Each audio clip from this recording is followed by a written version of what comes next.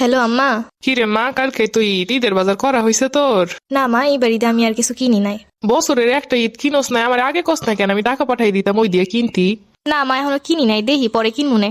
আর বিয়ের পরে এখন কি আর কোনো ঈদের বয়স আছে নাকি? কেন রে মা, তুই যে আগে কত কেনাকাটা করতে পছন্দ করতি, ঈদের আগে তো আমার মাথা খারাপ করে দিতি। আর সেই তুই বলতেছিস ঈদের জামা কাপড় লাগবো না। হ মা, আমারও যে এখন অনেক দায়িত্ব। আচ্ছা আমি টাকা পাঠাই দিতাছি, তুই কিছু কিনে নিস। না মা, লাগবো না আমার, তুমি ওই দিয়ে কিছু কিনা খাইও। হাতে কি মেহেন্দি দিছোস? না মা, দেখি দিতে পারি কিনা। বৌমা কই গেলা? এইদিকে তো রান্না বান্না সব পইরা আছে, কালকে ঈদের দিন সব গুছ গাছ করতে হইব তো। মা এখন রাহি, পরে কথা কমুনে।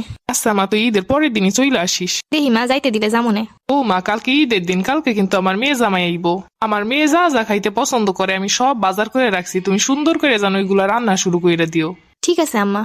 মেয়েদের জীবনটা এত কঠিন কেন? ছোটবেলা থেকে এত ঈদে মজা করে আসছি, কিন্তু এত অল্প টাইমে যে জীবনে এত বড় পরিবর্তন আসতে পারে সেটা মেয়ে না হলে বুঝতাম না। বৌমা এখনো উঠতেছ না? ঈদের দিনটাও যদি এত বেলা পর্যন্ত ঘুমানো লাগে, 7টা বাইজা গেছে, এখনো কোনো রান্না বান্নার খোঁজ নাই। মেহমান সব আইসে চইলে যাইবো। আম্মা, আমি রাত 3টা পর্যন্ত সবকিছু গুছগাছ করে তারপরে শুয়ে পড়ছিলাম মা, এর জন্য দেরি হয়েছে। ঈদের দিনটা একটু খেয়াল থাকে না কয়টা বাজে? মা মা ওর তোর না ঈদের জামা পরতে হইব, নতুন জামা নতুন জুতা। আমি তো তোর জন্য সেমাইও রান্না করছি, ওঠ মা। মা, আমি কি আর কোনোদিন আমার পুরনো দিনগুলো ফিরে পাবো না? মা, আর কি কোনোদিন পুরনো ঈদ ফিরে আসবে না আমার? বৌমা মেহমান আসছে, সব খাবার দাবার দাও। সকাল থেকে কাজ করতে করতে মাথা ঘুরাচ্ছে, একটু বসতে আসলাম। হ্যাঁ মা, আসি। কিরে মা, সকাল থেকে ফোন দিতেছি, ধরস না কেন? মা, একটু কাজে ব্যস্ত ছিলাম। ঈদের জামা কাপড় পরছিস, মেহেন্দি লাগাইছিস? না মা, এখনো পড়া হয় নাই, পড়বো অনেক ফ্রি হইয়া। কি বলিস, 2টা বাজলো দুপুর, এখনো পর্যন্ত ঈদের জামা কাপড়ই পরিস নাই? তারপরে তোমার কথা বলো, তুমি কি ঈদের শাড়ি পরছিলা? আরে মা, আমি তো শাড়ি পইরা তোর খালামণিদের বাসায় সব জায়গায় ঘুরে আসছি। আব্বা পাঞ্জাবি পরছিল।